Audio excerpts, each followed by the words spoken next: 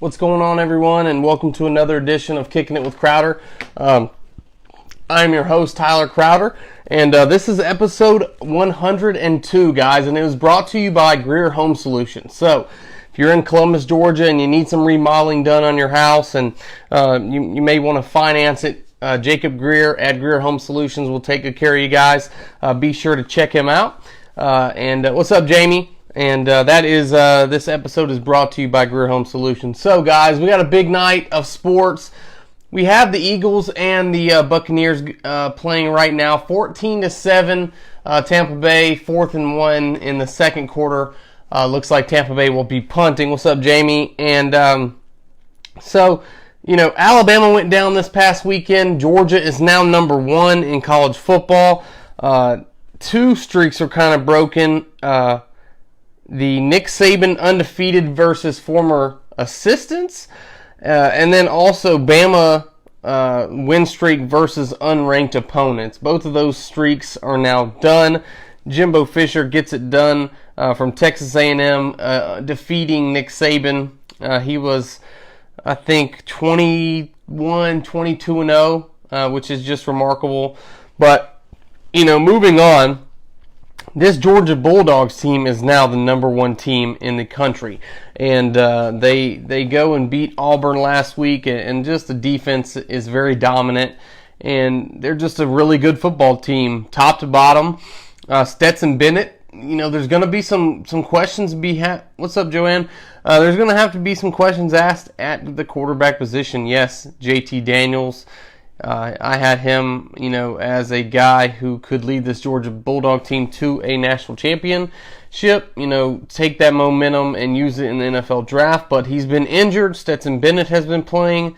And, JT Daniels, a lot of people just think that position is just going to be his when he's healthy. But, I just think you may have to ride some of that momentum with Stetson Bennett. Now, I don't think Stetson Bennett can beat an Alabama or, beat a team like that. We saw what he did last year in those type situations. He just looked like an average quarterback, and I was very critical of him this year before he just absolutely has gone off. And I definitely take back what I said about him. I said, he was more an FCS type quarterback. No, he's a gamer. This guy goes out there and competes. His teammates believe in him.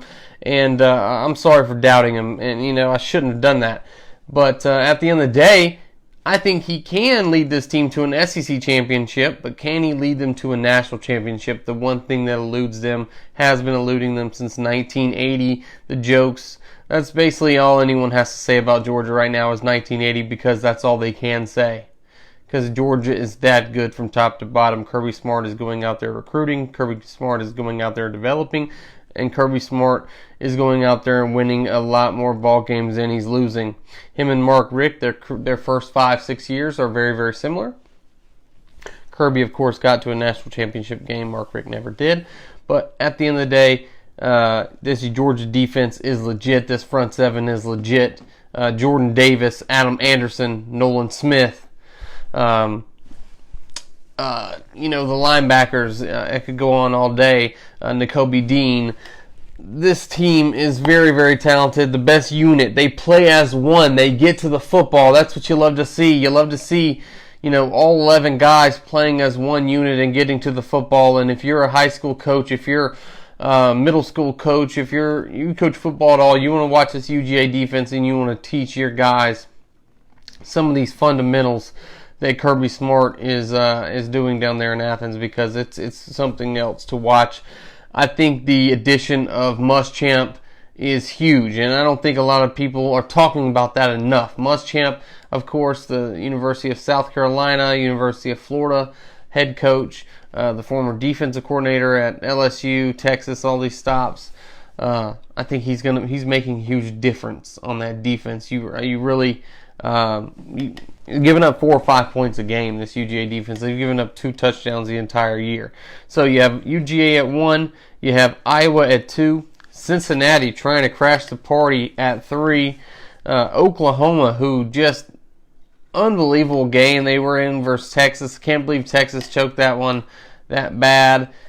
gave up the late touchdown run, instead of, a field goal. I had them plus 3.5. They should have covered the plus 3.5. If there was ever a team that should have covered 3.5, Texas was it versus Oklahoma, but they lose by a touchdown, and Oklahoma remains at number 4, and they have a quarterback controversy. And then number 5, Bama stays in the top 5 at number 5. So UGA takes on Kentucky. Bama takes on Mississippi State in Starksville.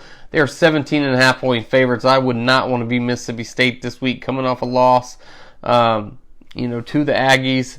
Nick Saban's going to have this ball team locked in. They've lost some games in the past, and sometimes it was good for them, and sometimes they got that second or third loss and they were out of it. So we'll see what Alabama team we get. We see a team that maybe loses another game, or will we see a team that will fight through adversity and get back to the SEC championship, and then see what happens maybe in the playoff.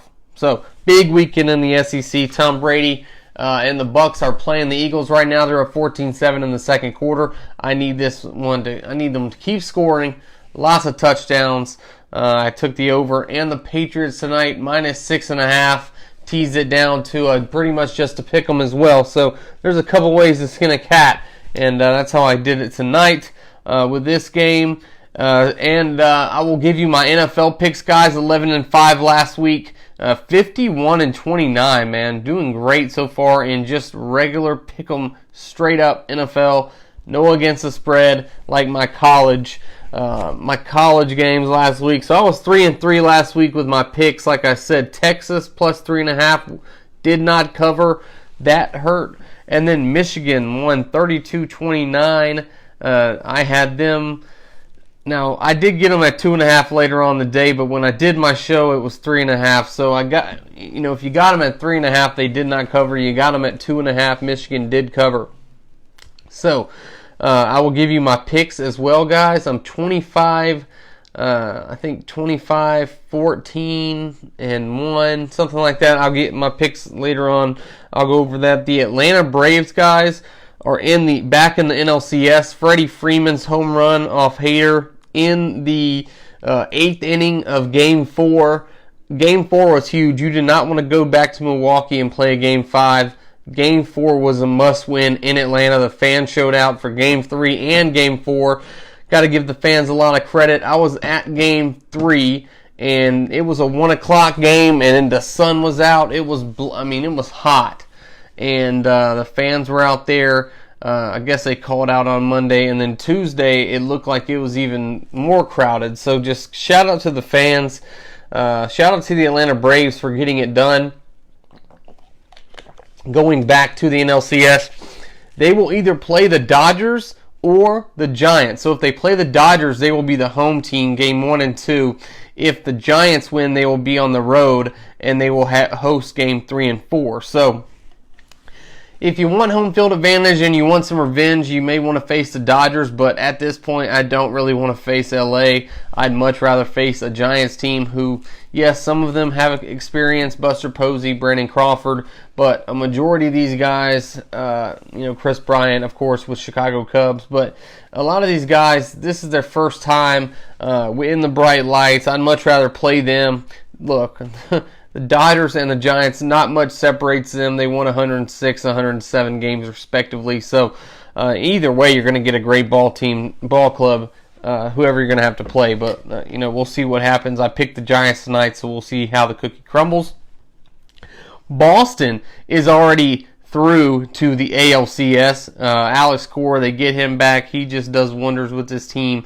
They made some key additions. Kike Hernandez has just been fabulous in these playoffs. Of course, played for the Dodgers last year when they won the World Series. And then Houston, guys. Houston is in the ALCS for the 5th straight time. Okay, so 17, 18, 19, 20, 21. Yes, they got caught in 17 cheating with the trash cans and everything, but since then they've gone back now 5 times to the ALCS. Can they get back to the World Series with Dusty Baker? We'll see what happens. Going to be a great series there in the ALCS. I expect a great series in the NLCS with the Atlanta Braves and either the Giants or the Dodgers. So big sports night tonight. And the Dodgers and Giants are actually playing right now. I'll flip over to that.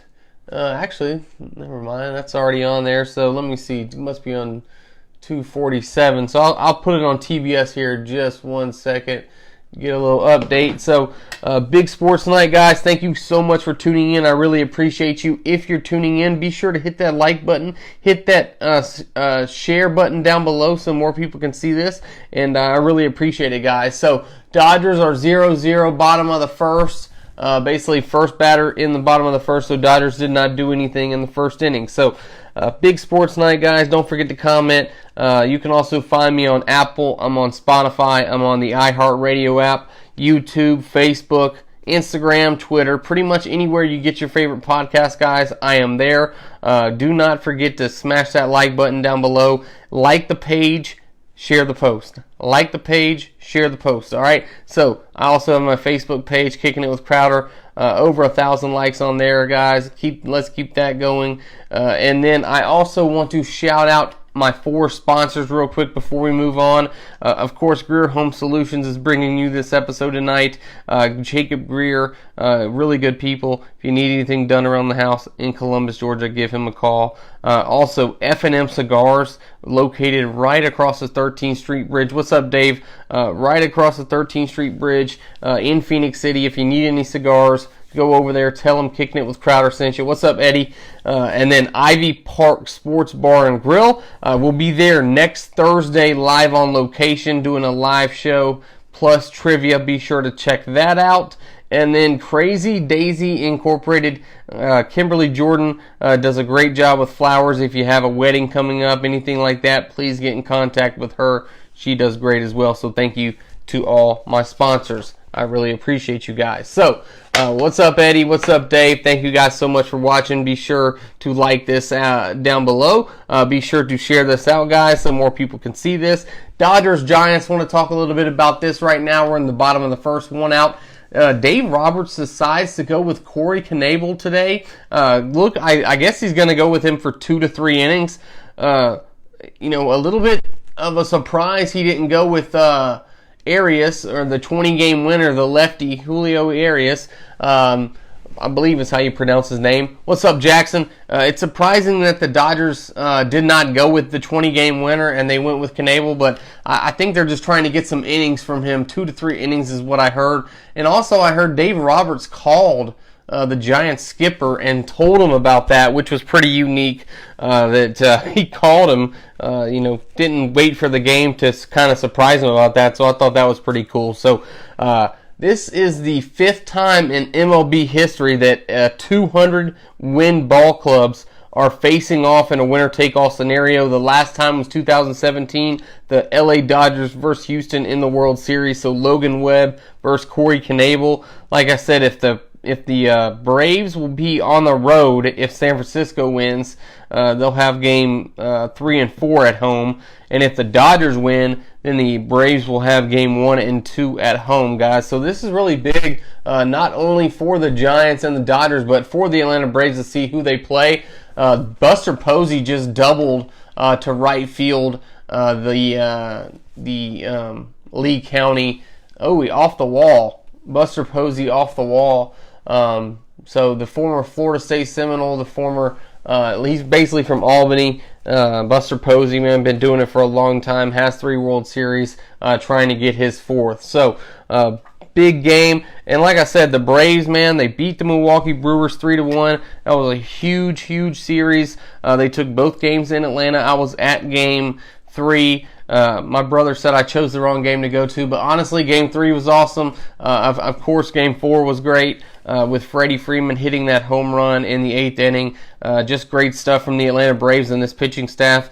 Great job by Alex Anthopoulos, getting these hitters at the break, getting Jock Peterson, getting a Soler, and then, getting just Eddie Rosario, these bats at the trade deadline were just huge, man. And once that was able to happen, the Braves have just taken off. They have the best record in baseball since the trade deadline. And Freddie Freeman, man, the guy just goes to work, puts his hard head on, gets it done day in, day out, season after season. And you just need to pay the man. Atlanta, pay the guy. He's a Brave for life. And I'm excited to see what he does in this NLCS. Of course, last year, the tough defeat of 3-1 against the Dodgers. We lose that. We lose that series. We do everything we can to get back. And our best player is out, Ronald Acuna Jr. But ever since he's gone down, everyone else has stepped up. The pitching rotation, we now have that set up. It'd be interesting to see how they do Game 4. So Max Fried will probably get the ball Game 1. And then you will have, and then I guess Ian Anderson will pitch Game 3. And you'll have the horse who just pitched, Charlie Morton, in Game 4. He'll probably pitch Game 2. He'll pitch Game 2 or 3. I would imagine that Max Fried would pitch Game 1.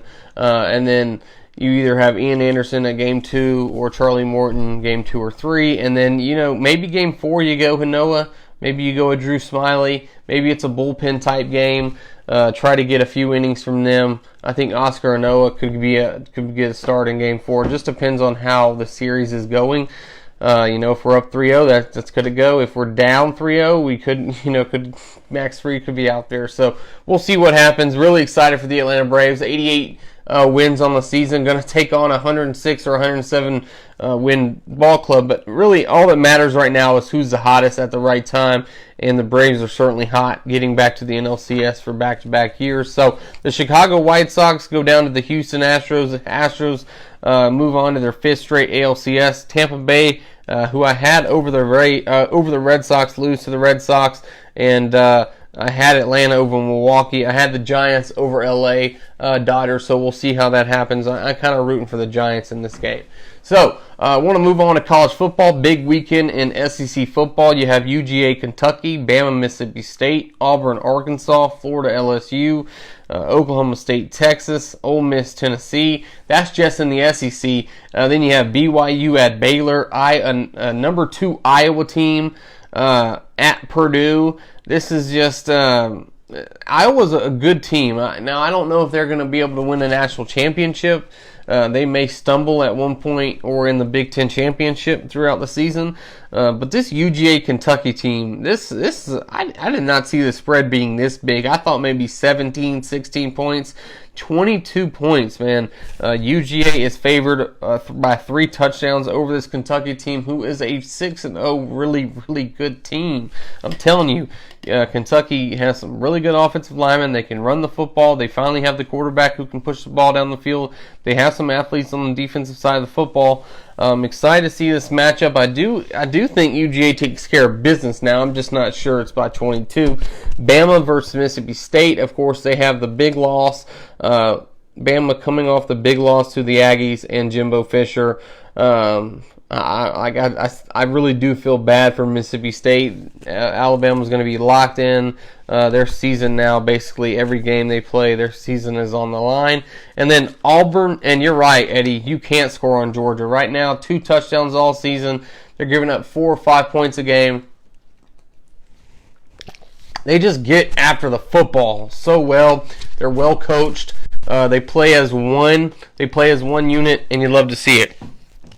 Auburn, Arkansas. I'm going to pick this game later on, but 4.5 points is rich for me. I'm sorry. This Arkansas team cannot make stops on defense. They could not stop Ole Miss. I think Auburn's going to have success moving the football on them, but Arkansas is going to be able to move the football as well. I mean, look for a score like 28-27, 31-28. I mean, something high, something up there. But I think Auburn is going to be able to get it done versus Arkansas and sneak away with a very, very close victory, 31-30, 34-31, something like that. Florida takes on LSU, and if you've been keeping up with LSU, they're like half their team is like gone or injured or academically ineligible. They got shellacked last week by Kentucky, just absolutely curb stomped kicked the shit out of LSU. Matt Moscano, a guy who I've had on this show, who I keep up with, man, is just trashing Coach O and this LSU football program. And, you know, at this point, he has every right to do it, because it's just sad what's going on down there from the championship in 2019 to how far the program has fallen. Very similar to the FSU Seminoles. They have fallen off, but they did beat UNC last week, so I got to give the Seminoles credit on that one. Look for Florida to obliterate LSU. Yes, 11.5. Take the 11.5. I'm telling you, Florida is going to curb stomp LSU this week. I'm telling you. Ole Miss, Tennessee, I like Lane Kiffin versus his former team just for one season. I like Ole Miss. Oklahoma State, Texas. Oklahoma State is undefeated. Texas is trying to get back on track. Arch Manning is supposed to be at this game, and they are front runners right now to land the third legacy quarterback in the Manning family. Actually, really the fourth. But we'll see. Arch Manning's supposed to be in Texas this week. BYU +6. I'd probably take the 6 points with BYU. And then Iowa, we'll talk about that one later, a little bit later on, Iowa and Purdue. Before we get out of here, guys, thank you all so much for tuning in. I really appreciate you guys each and every week. Remember, I'm on Apple, I'm on Spotify, the iHeartRadio app. I do my Facebook Live show every Wednesday or Thursday. Then I'll put my picks out this weekend on Twitter. I'll go over my picks tonight. We go over NFL picks. 11-5 last week, making picks, guys. So if you're in a league where you just pick straight up, I'm telling you, I'm money with my straight up picks in the NFL. 51-29 going in through 5 weeks, going into week 6. We'll see how I do this week. 12 picks this week. We got a couple teams that are on bye weeks in the NFL. So we have 12 games going on, 24 teams playing. I was 11-5 last week, so I want to talk about those picks real quick. So I did have we'll go over my winners real quick. My 11 winners, I had the LA Rams, I had the Atlanta Falcons, I had the Green Bay Packers, I had Minnesota Vikings, I had Tampa Bay, I had New Orleans, I had Tennessee, I had New England, I had Dallas, I had Arizona, and I had Baltimore. So my 5 losses, guys, were Denver did not get it done for me over Pittsburgh. I lost that game. I also lost Philly and Carolina. Carolina was winning the entire game, choked up at the end. That was my second loss. I also had Las Vegas Raiders over Chicago. Chicago shocked the world on that one and got that one done. That was my third loss. Cleveland over the Chargers. I'm going to stop picking against the Chargers. They're legit. That was my fourth loss. And then my fifth loss was Kansas City over Buffalo. Kansas City is just not that same team they were last year, and this Buffalo team is legit. They get it done. They improved to now 4-1. Kansas City 2-3 on the season. So 11-5 last week, guys. I'm going to go ahead and make my picks. I'm going to change it back to the NFL game, see what the score is. And like I said, thank y'all so much for joining. What's up, Zach? All right, so 14-7, you have the Tampa Bay Bucks. I think they're driving on Philadelphia. 5:56 left, 1st and 10. Yeah, Tom Brady's at like around midfield. What's up, Zach? Thanks for watching. So I did have Tampa Bay, guys, over Philadelphia. I have the Miami Dolphins in the London game taking on Jacksonville. I'll take Miami over Jacksonville. Jacksonville looking for their first win. Houston, Indianapolis. Houston's been playing some good. They're playing some good football. They're still looking for that. They're still looking for that first victory since opening day. But they're playing They're playing good football. But I'll take Indianapolis in this one. Green Bay takes on Chicago. I'll roll with Aaron Rodgers. Kansas City over the Washington football team. This is a big game for both teams. Both sitting at 2-3. But I'll take Kansas City and Andy Reid, Patrick Mahomes, and the Kelsey and Tyreek show. The Chargers versus Baltimore. This is a really big game for me. Lamar Jackson versus Justin Herbert. Justin Herbert, maybe one of the top quarterbacks in the entire league right now. If you had to do it like a complete draft of everyone, he'd probably go top 5. Cincinnati and Detroit. This is a tricky game. I think this could go either way. Detroit playing some good football, but Cincinnati and Joe Burrow, I'll roll with them on this one. Arizona, Cleveland. So Arizona, guys, undefeated, but Cleveland's playing some really good football. I like Cleveland to give Arizona their first loss this week. I'll roll with the Brownies. Las Vegas Raiders versus Denver, the John Gruden fallout. John Gruden, of course, resigned. He was going to get fired by the Las Vegas Raiders. Huge email scandal, guys. I don't know why you send out emails, joking, saying the things he did, knowing that it's going to come back and bite him at some point. I don't know what John Gruden was thinking, but John Gruden is out. I think Denver is just too much for the Las Vegas Raiders this week. Teddy Bridgewater, they get back on track. Dallas versus New England. Even though New England does have Dallas' number the last 5-6 matchups, I'm taking Dallas on this high-powered offense. Dak, CeeDee Lamb, Zeke Elliott, Amari Cooper, very, very talented offense. Seattle, Pittsburgh, man. So Russell Wilson, guys, huge news, goes down with the tendon injury. He's out 4 to 6 weeks, 6 to 8 weeks. Not real sure how long he's going to be out for. Geno Smith is going to be his replacement. Pittsburgh, Ben Roethlisberger, just not the same quarterback he was just a few seasons ago. We'll see what happens, but I'll take Seattle in this game, getting back to 500, both teams 2-3. And then Buffalo versus Tennessee, two teams who played, I think, last year on Monday Night Football or Sunday Night Football, and Buffalo got beat pretty bad by Tennessee. Derrick Henry, of course, stiff-armed Josh Norman real bad, kind of went viral, made it into a meme, and Tennessee beat up on Buffalo. I think Buffalo remembers that. I think Buffalo's going to come out swinging, and I'll take Buffalo versus Tennessee on Monday Night Football. So those are my picks, guys. 11-5 last week, 51-29 so far on the season. I'll go over it real quick. Tampa Bay over Philly, Miami over Jacksonville, Indianapolis over Houston, Green Bay over Chicago, Kansas City over Washington football team, the Chargers and Justin Herbert over Lamar Jackson and Baltimore, Cincinnati and Joe Burrow over Detroit. I'll take Cleveland over Arizona, Denver over the Raiders, Dallas over New England, Seattle over Pittsburgh, and Buffalo over Tennessee to round it all out, guys. So, I want to talk a little bit about my college locks. Had some bad luck, and that's when it always happens when you have these locks. You lose by half point, you lose at the last play of the game, something like that. So, I was 22-14-1 heading into last week. I had some good picks, guys. So we'll start the day off at the 12 o'clock game. I had Texas plus 3.5 over Oklahoma. The Texas Longhorns got up 20 points. I'm looking good. But Texas, unfortunately, had to play football in the second half, and they ended up blowing the game. So at the end of the game, there's literally 10 seconds left. Oklahoma lines up to run a play on like the 30-yard line. Instead of Texas making the play, tackling him, Oklahoma runs it in with 1 second left to go up by a touchdown and win, and they don't cover the 3.5. Absolute heartbreaker, absolute bad beat if I've ever seen one. They should have covered. Michigan, of course, guys, I had them minus 3.5, minus 2.5, depending on where you got them. When I did the podcast last week, guys, I said minus 3.5.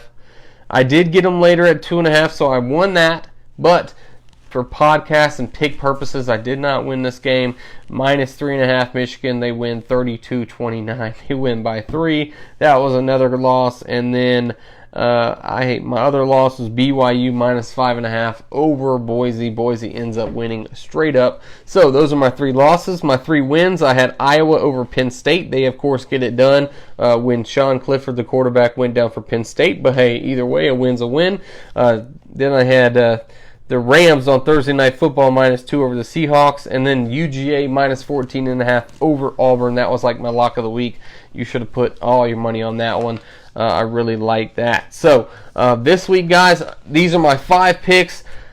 Georgia, Kentucky, I just don't know where to go in that one, so I stayed away from it this week. Even though it's a big game, I could see you going with Georgia, maybe buying a point, maybe 1.5, getting it down a little bit. I could see people buying points with Kentucky, maybe 22, 23, 24, depending on where you get them at. I could definitely see that happening. But it just depends if Kentucky's able to run the football and score 14-plus points. If they've scored 14-plus, they'll cover. they don't score 14 plus, they will not cover, I do not believe, and I think Georgia is going to score 30 to 35 points. So I'll stay away from that game. These are my locks, guys. Like I said, 3-3 last week, 25-17-1 heading into this week 6. 5 matchups for you. Here's who I like. Florida minus 11.5 over an LSU team reeling with injuries, reeling with adversity. Coach O fighting for his job. I like Florida big time over LSU this weekend, minus 11.5. Auburn plus 4.5 over Arkansas. KJ Jefferson and this Arkansas team had a crushing defeat versus Ole Miss last week. Ole Miss was able to move the football on Arkansas. What's up, Blake? And I think that Auburn is going to be able to move the football on Arkansas as well. If Auburn can't pull off the upset and win, I think they do cover the plus 4.5 points. I'll go Auburn 31. I'll go Arkansas 28. So 31-28, something like that. I think it's going to be a really close game between Auburn and Arkansas. So I'll take plus 4.5 points on that one with Arkansas. My next, Ole Miss, guys. Ole Miss versus Tennessee. I think Ole Miss is just the superior football team. Matt Corral, one of the Heisman front runners, right there with Bryce Young from Alabama.